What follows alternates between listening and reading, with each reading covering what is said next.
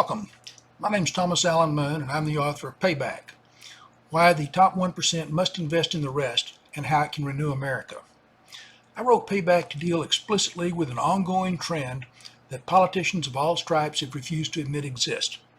Over the last 40 years, the gap between what it costs to live the American dream and the market income of ordinary workers has widened from a gully to a canyon. This canyon now threatens the future of the middle class, and if nothing's done, Americans with ordinary skills will fall out of the middle class. Payback proposes a tax policy that will enable capitalism not only to save the middle class, but to grow and make it more prosperous. Since Payback digs deeply into the weeds, I've recorded this Q&A to give readers a quick take on it. To make the Q&A easier for readers to digest, I've divided it into 15 sections. Payback is free to read on a website that I've created for the convenience of readers. It's my hope that Payback will contribute to a national dialogue on tax policy that I believe will take place sometime in the next decade. Now let's get started with the Q&A. Part 11. The Amerishare tax can promote economic growth, narrow income and wealth disparities, rein in the national debt, simplify taxation, and end corruption. Question. Let's pause and take stock of where we are. You've explained how globalization and technology have resulted in the iron law of wages suppressing the wages of millions of workers with ordinary skills and simultaneously over-concentrating income and wealth in the top 1%. These effects, you say, have prevented capitalism from working for everyone by slowing economic growth and fostering social and political unrest. You go on to assert that tax policy, most notably tax preferences, have intensified these effects. Given all this, explain what changes you think should be made to tax policy to make capitalism work for everyone. Fair enough. Criticism without offering a solution breeds cynicism. I believe that a social and political crisis resulting from the overconcentration of income and wealth threatens America's greatness. This crisis has been brewing over the last 40 plus years.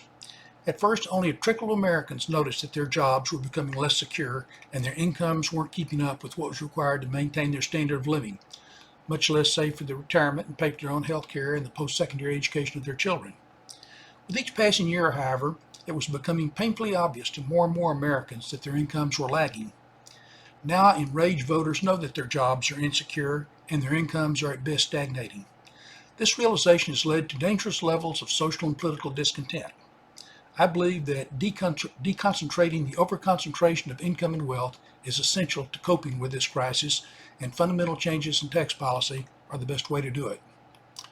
I believe that a proper tax policy can deconcentrate income and wealth in ways that simultaneously promote economic growth and social equity, but I also believe that the deconcentration of income and wealth alone aren't nearly enough to quell the social and political unrest.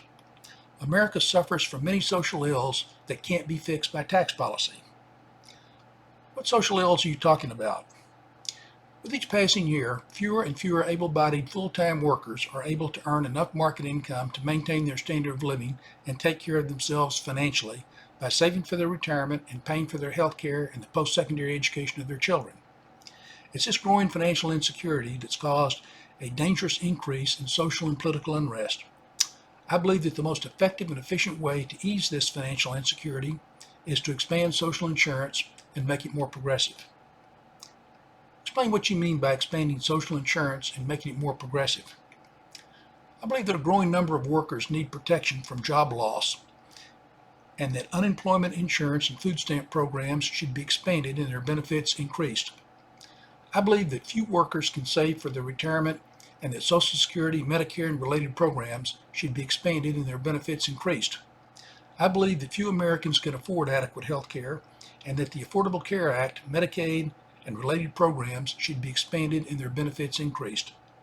I believe that few Americans can afford the cost of necessary post-secondary education and that student aid programs should be expanded and their benefits increased. Finally, I believe that those in the top 1% should contribute more to these programs and those in the bottom half should get increased benefits. Are you saying that tax policy has a limited role in overcoming the challenge of coping with America's social and political unrest? That's exactly what I'm saying. It's limited but crucial. Tax policy must end taxing low and middle income taxpayers either into or near poverty and it must raise enough revenue to pay for the cost of expanded social insurance. In plain, simple language, this means that taxes must be raised substantially and made much more progressive. We've come a long way. I want you to explain your plan for the kind of tax policy you think America needs. Before you do, I noticed that you named your tax plan the AmeriShare tax. Explain the name. All right, I want America to be the best it can be.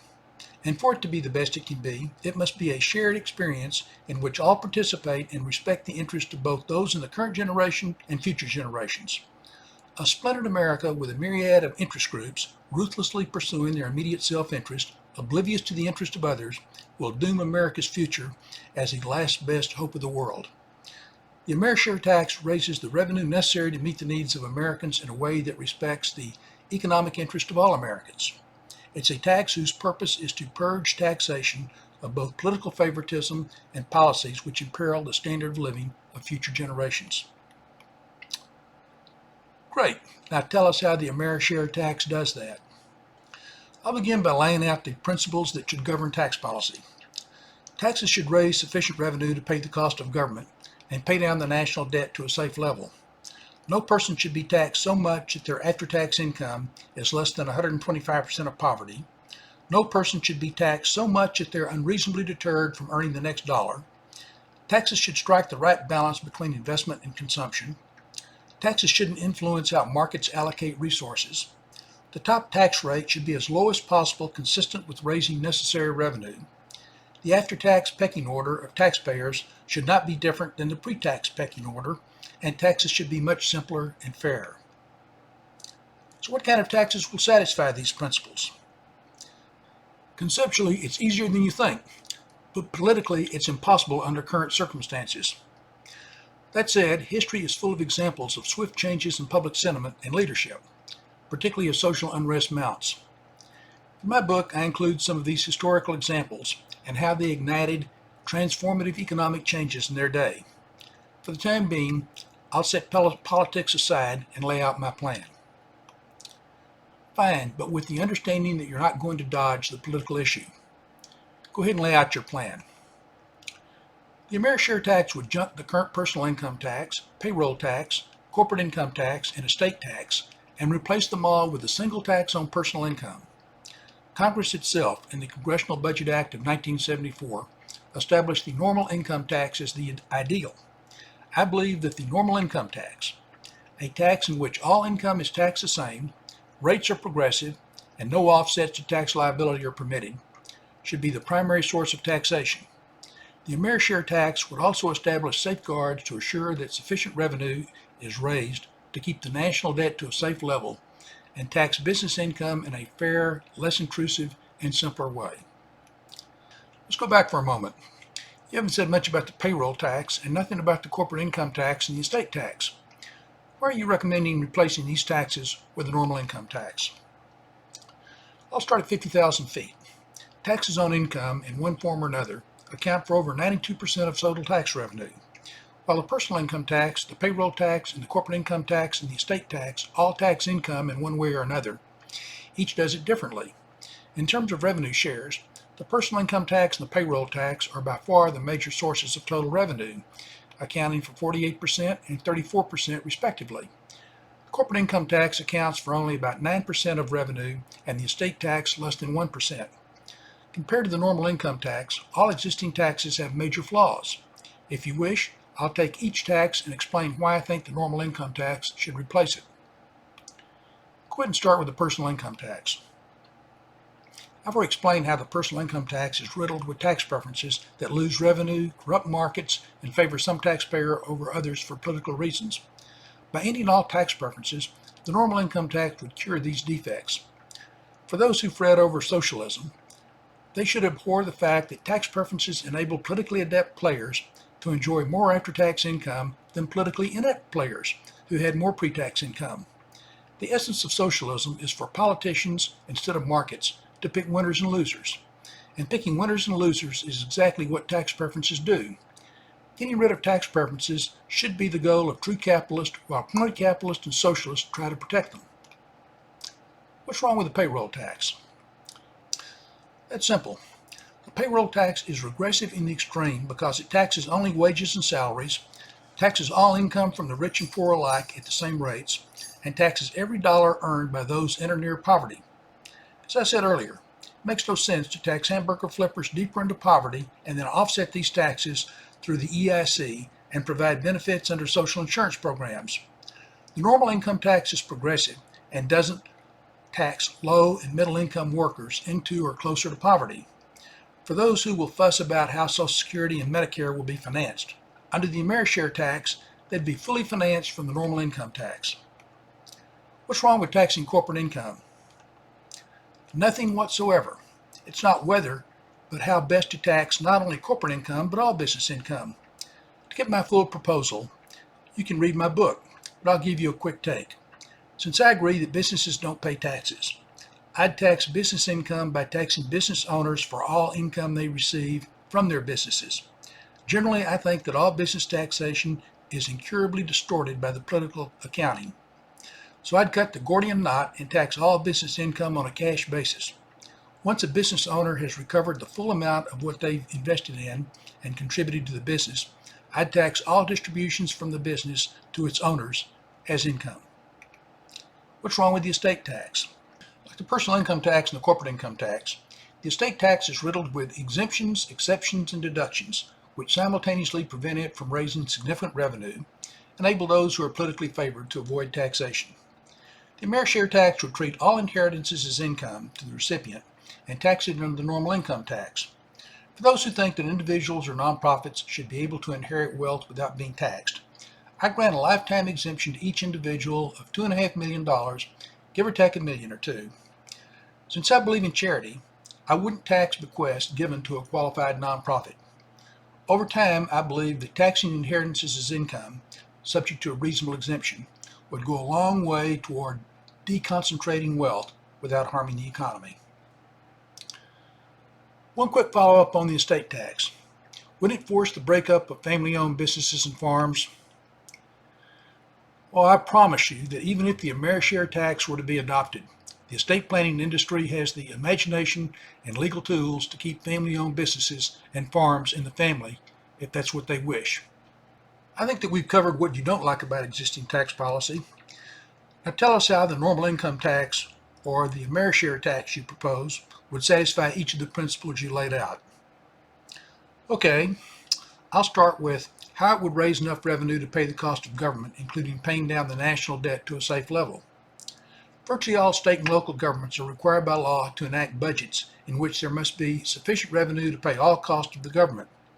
This means that taxes must be adjusted annually to reflect the needs of the time. I see no reason why the federal government shouldn't have a similar provision. Unlike state and local governments, however, the federal government is always at risk of having to cope with a national emergency which requires deficit spending. So I believe that the President, with the approval of a 3/5 majority of both houses of Congress, should be able to declare a national emergency and spend whatever is necessary to meet the needs of the time. Why couldn't the national emergency exception become a loophole to enable continued deficit spending? Well, the honest answer is that it could. I'll admit that I believe that it's practically impossible to write a provision that guarantees no deficit spending ever because of the perennial danger of an unforeseeable national emergency. But I believe that a national emergency exception would be a meaningful deterrent to ongoing deficit spending. Ultimately, however, it's up to the voters to determine if the President and Congress are using the exception to indulge in unnecessary spending. If the voters think that the President and the Congress are abusing the exception, then they should vote them out. And if they don't, it's on them. Question. You said that no person should be taxed if it would result in their after-tax income falling below 125% of poverty. How would this work under the normal income tax? This one's simple. Each year, the Department of Health and Human Services publishes a report that contains a poverty threshold amount for households of various sizes. For example, in 2017, the poverty threshold for a family of four was $24,600. So for that year, I would set the standard deduction for a family of four at $30,750. No income would be taxed under the normal income tax for any family of four whose income was $30,750 or less. You said that no person should be taxed so much that it unreasonably deters them from earning the next dollar. How would this work under the normal income tax? This one's harder because there are no hard and fast numbers that can definitively resolve it. Chasing the next dollar is important because it's in everyone's interest that everyone exerts the maximum effort to generate as much income and wealth as possible. Since capital income and wage income are earned in different ways, the incentives to chase the next dollar for each are different. Let's break the question into two parts. Start with how to tax capital income so that it doesn't unreasonably deter a well-off investor from chasing the next dollar. This one's the least difficult because of lack of choice. A sure way to grow poor over time is to liquidate your investments, buy a safe, and stash your cash in the safe. Over time, inflation will consume it. So to preserve and grow capital, it must be invested. Intelligent investing means considering all investment opportunities, evaluating all relevant facts, and making a judgment based on the investor's risk-reward analysis. If the income on all investments is taxed the same, it's difficult to imagine how tax rates, whether they're 10%, 20%, 30%, 40%, or 50%, would affect an investor's investment decision. So I don't think that tax rates deter intelligent investments or discourage an investor from making the best of their investment capital that they can. How much can you tax wage income without deterring a taxpayer from working for the next dollar? This one's hard because it depends on the personal finances and psychology of individuals. For example, poor individuals have no choice but to work for the next dollar, regardless of tax rates, just to survive, while rich individuals don't have to work even if their next dollar isn't taxed. Lazy individuals, rich or poor, shun work as a way of life, while industrious individuals, rich or poor, work as a way of life. My experience, based on 30 years of doing deals involving many wealthy businessmen and investors, has been that these individuals are driven and will work just as hard to make the next dollar, even if it were taxed at a rate of 90%. Historically, marginal tax rates have been as high as 90% in the 1950s and 60s, when the annual growth rates were the highest in modern times. So I don't think that taxing productive individuals at a 40% or even 50% tax rate would deter many from grubbing for the next buck. Does this mean you're not concerned about how high tax rates might go? Not at all. The Amerishare tax calls for the lowest rates possible, consistent with raising the necessary revenue. The only reason tax rates will have to be higher in the future than in the past is to pay for the sins of the past. The cost of government is exploding because of the need for more social insurance, and the size of the national debt is obscene because of debt-financed tax cuts for the rich. Given these realities, tax rates must be higher than is desirable. This leaves voters with a choice of either taxing those with low and middle income into or near poverty, or taxing the top 1% at rates of up to 50%. You said that taxes shouldn't create an imbalance between investment and consumption. How would your proposal avoid an imbalance? Since it makes no sense for capitalists to produce more than consumers can afford to purchase, or vice versa, and the economy is dynamic and changing from moment to moment, striking the right balance between investment and consumption poses quite a challenge. I believe that this challenge can be overcome only by identifying, tracking, and weighing the proper financial and economic indicators. This will require technical expertise uncontaminated by politics. Question: technical expertise uncontaminated by politics. What planet do you come from if you believe that Congress could manage such a task? Well, I'm an earthling who's read a little history, and I don't believe for a moment that Congress can be trusted with such a task.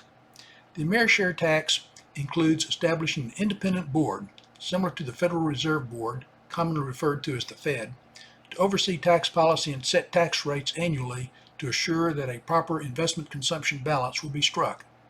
Sufficient revenue will be raised, and there will be a fair allocation of the tax burden among the various income groups. The annual tax rate set by the tax board would be subject to being overridden by any alternative rates approved by Congress and the President. Despite your claim of being an earthling, I have my doubts if you believe that Congress and the President will ever turn over tax policy to an independent board. But you can make your case later. Now explain why your tax won't influence markets in allocating resources. This too is easy. As I've stated previously, The 200 plus tax preferences distort markets by changing the relative pre-tax and after-tax price of many goods and services and the returns on virtually all investments. Ridding taxes of all tax preferences would rid these distortions.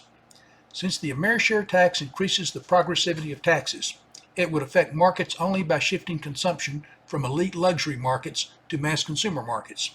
This means that businesses like Walmart, which serve mass consumer markets, would capture a larger share of the market than businesses like Christie's Auction House, which serve the elite luxury market. Given the top 1% share of surplus wealth, I'm confident that the elite luxury market will remain robust. You also said that you want to keep the top rate as low as possible. How do you propose to do this? Before I explain how the Amerishare tax keeps the top rate as low as possible, I want to say why taxes, not just the top rate, should be kept as low as possible. I believe that money spent in the private economy increases real national income and wealth much better than money spent by the government. So I believe that taxes should be no higher than necessary to pay the cost of government, and the cost of government should be no higher than necessary to keep America safe and strong. Stop for a moment and explain what you mean by keeping America safe and strong. Here are a few leading examples illustrating what I mean. America must always spend whatever it takes to protect its national security, develop and maintain world-class communications and transportation infrastructure to promote commerce, educate its future generations to assure that it has the world's best workforce, and provide sufficient social insurance to assure that all working Americans have a stake in America's success. These are all governmental responsibilities, and unless they are done well, all Americans, rich and poor, will suffer. The unwillingness to spend what it takes for the government to successfully perform these responsibilities will end America's greatness. I understand your point. Now explain how the Amerishare tax will keep the top rate as low as possible. Under the Amerishare tax, the Board of Taxation would set all tax rates annually, and the top tax rate would be the lowest rate possible depending upon the following four factors. First, a tax rate that raises the necessary amount of revenue. Second, the amount of the standard deduction based on the level of poverty. Third, a tax rate that strikes the proper balance between investment and consumption. And fourth, a tax rate that doesn't unreasonably deter a taxpayer from earning the next dollar of income. Under the current personal income tax, tax preferences are the primary culprits for the top tax rate being as high as it is, and getting rid of them is the key to keeping the top rate as low as possible. One suggestion I have for reducing the top rate doesn't involve a change of law. As I see it, the best way to cut all tax rates is to work for economic policies that increase the market income of low and middle income individuals. Higher market incomes for these individuals would reduce their dependence on social insurance from the government and enable them to pay a much bigger share of their retirement, healthcare, and post-secondary education. There's no better way to reduce taxes than to raise the market incomes of millions of workers and small business owners so they can fend for themselves. Now, explain how the Amerishare tax results in the after-tax and pre-tax pecking order for taxpayers being the same. Eliminating tax preferences eliminates changing the pecking order because with no tax preferences, the pre-tax and after-tax prices of all goods and services and returns on all investments will be the same.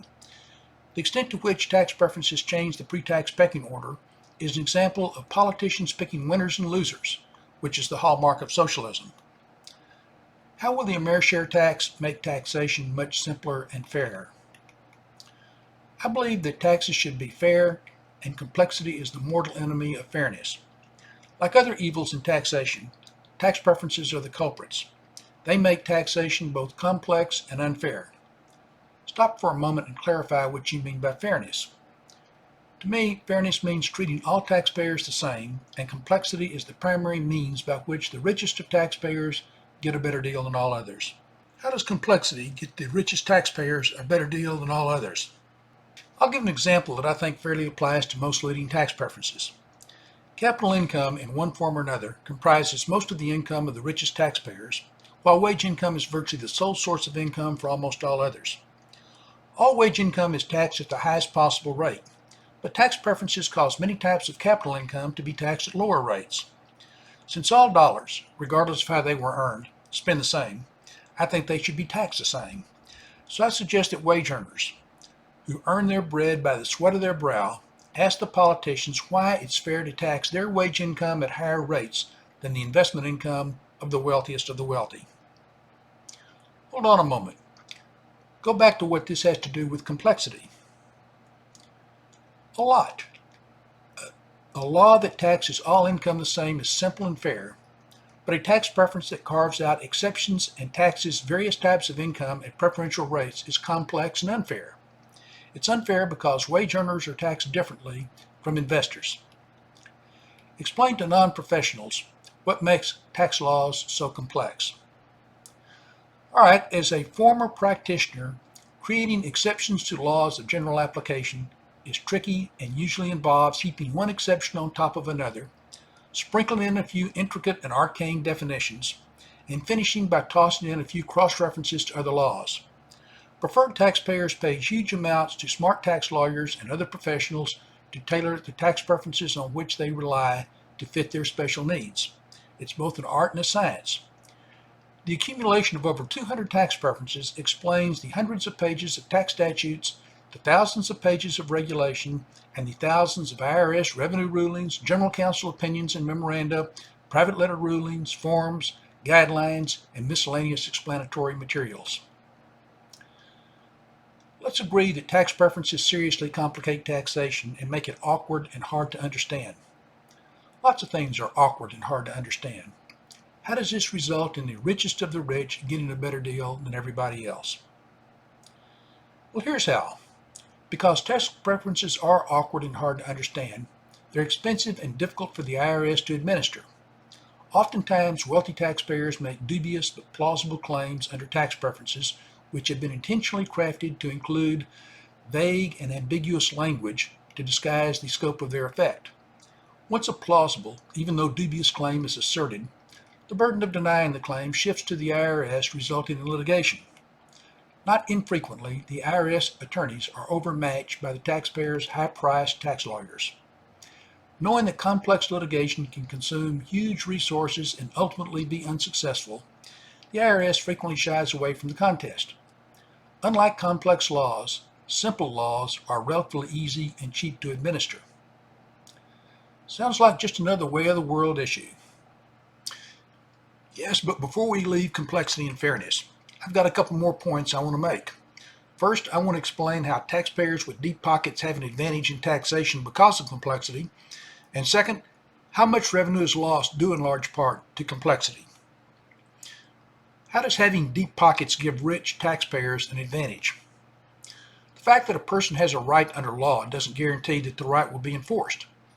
If a right is denied and the claimant is forced to litigate to enforce it, then enforcement of the right depends on winning it in court. Winning in court can take a long time and be very costly. Inevitably, litigation of anything of consequence greatly favors those with the deepest pockets. Not having deep pockets, few ordinary folks can afford to litigate, and therefore their rights exist only on paper. While this is true in most things, it's especially true in taxes. So if ordinary taxpayers want a fair deal, they must demand that tax laws be simple, clear, and unambiguous. Now, explain how much revenue is lost due to complexity. Well, the IRS tracks and reports periodically on the shortfall between what taxpayers owe under the law and what they pay, which is what the IRS calls the tax gap. For the years 2011 through 2013, according to IRS estimates, the tax gap averaged $441 billion, or about 16% of total revenue, or two-thirds of the $680 billion budget deficit in 2013. As the tax laws have become more complex, the politicians have stripped the IRS of the resources necessary to effectively enforce the tax laws. Increased complexity coupled with decreased enforcement explains much of the tax gap. Since most revenues lost from the tax gap stays in the pocket of high-income taxpayers, complexity and lax enforcement are the friends of high-income taxpayers and the enemy of almost everyone else. This concludes Part 11.